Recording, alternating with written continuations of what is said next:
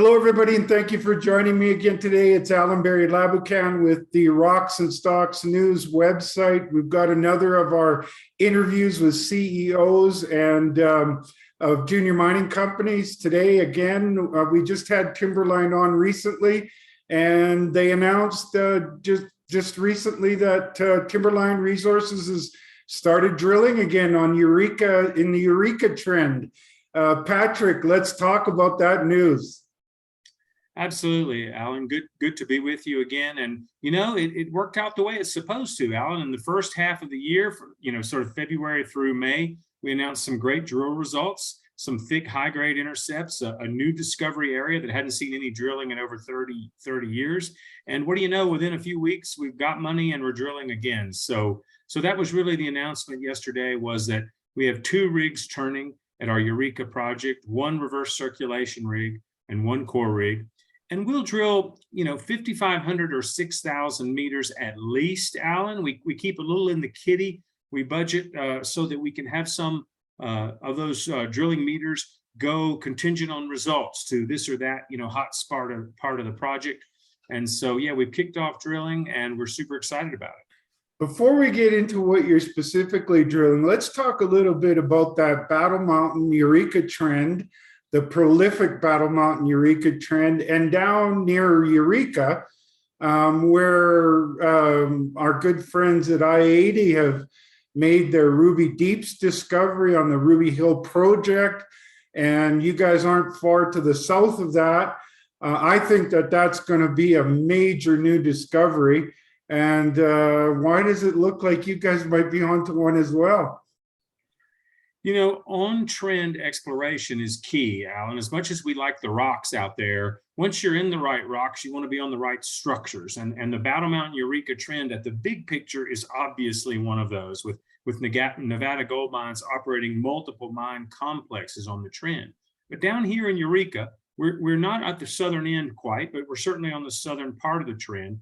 And here local, we see this similar belt of rocks, these Cambrian and Ordovician host rocks, a little bit older rocks that are hosting these deposits. And as you said, I-80 is sort of carrying the flag down here with those deep drill intercepts announced recently at Ruby Deeps. They continue to drill, hitting hot stuff up there. And more locally, we're calling this the Eureka Gold Belt, because Eureka was really known as a silver camp, as you know, until these new discoveries started coming in the 80s and 90s, and now really taking off here with those hot drill holes from I-80, and of course the high grade and thick intercepts that we've drilled. So it's just, we're kind of on that, locally we're calling it the Eureka Gold Belt. It's the same structural complex, the same rocks that are being drilled just north of us at I-80 here at the Eureka project. We're just further down that discovery curve, kind of behind our big brothers there at I-80, who are a lot bigger company, obviously. And you've got some core that has some mineralization that looks similar. Indeed, we've hit the lion's share of the mineralization we've hit in what we call our water well zone is at the Dunderberg Shale Hamburg Dolomite contact. These are great intercepts. We recap them in the news release yesterday, over 40 meters of 5 grams in one intercept, 44 meters of over 4 in another, each with a nice core of 10 gram per ton stuff. And that rock, the Dunderberg Shale, is also a significant component of the hosting the ore zones up at I-80's Ruby Deeps project. So very similar rocks, and just 8 or 10 kilometers south in this case. And it looks like as you go to the northeast, you're getting hotter zones there with bigger grades and nice distribution of gold right at that contact.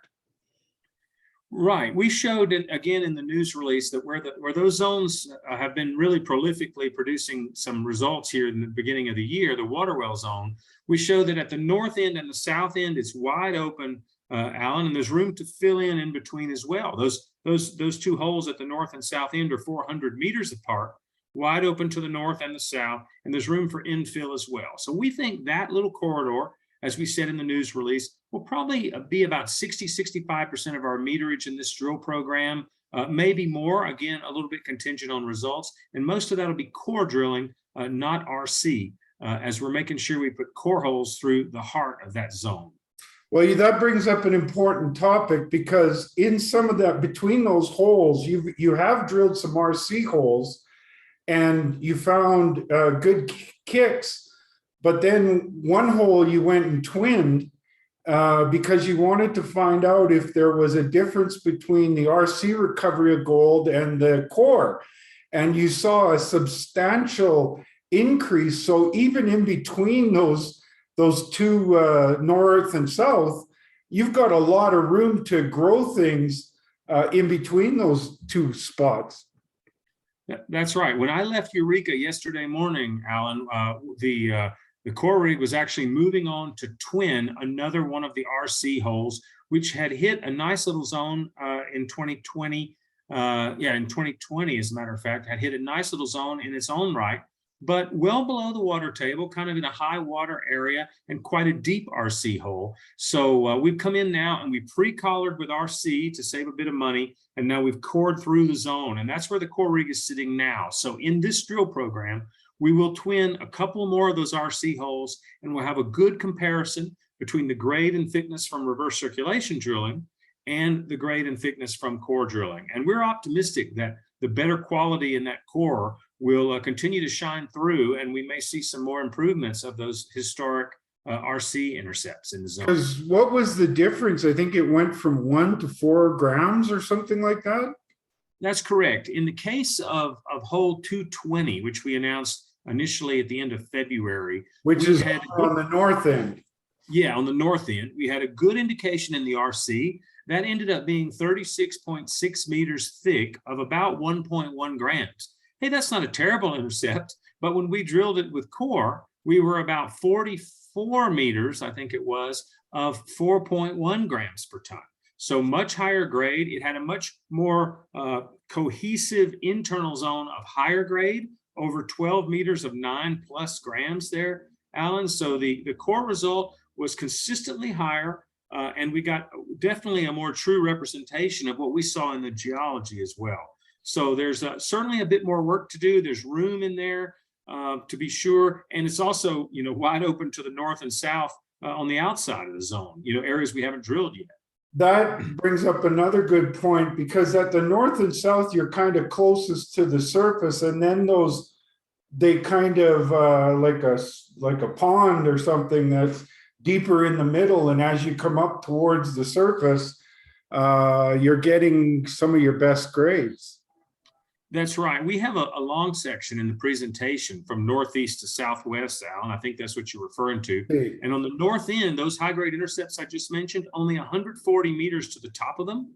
And it gets as deep as 300, 320 meters maybe in the middle. And then again, shallow in the southwest side of the zone. So it's an undulatory surface. And as you know, it's probably been chopped up with faults and offset. Some of those faults might be plumbing. They might be barriers to fluids and make some high grade up against them. There's a lot of good things that can happen when you got faults in these systems.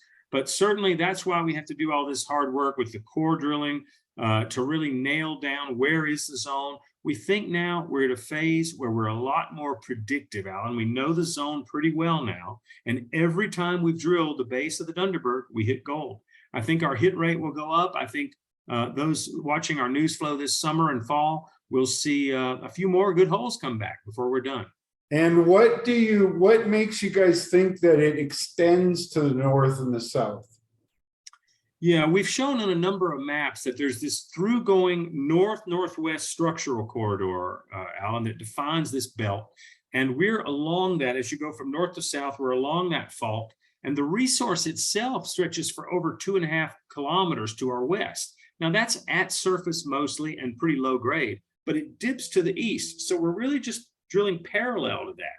So I look at it like a golf fairway. You can stand at hole 212, the great high-grade hole we had in the south, and you can look for 500-700 meters or so, no drilling at all, and it's like a golf fairway. We're going to play down that fairway to into the south, take some bigger step outs, and also take some closer step outs, because we think the same rocks are continuing down that direction, more or less parallel to the shape of the resource. And we do show that in some of our slides in the presentation.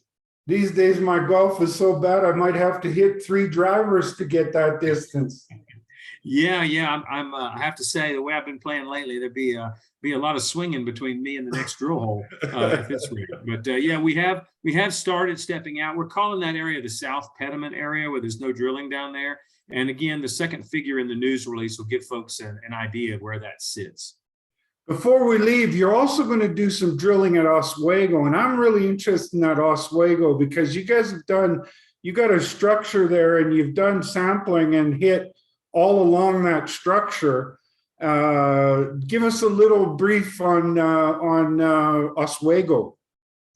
Yes, exactly. We will be putting, we're estimating 15 to 20% of the meterage at Oswego.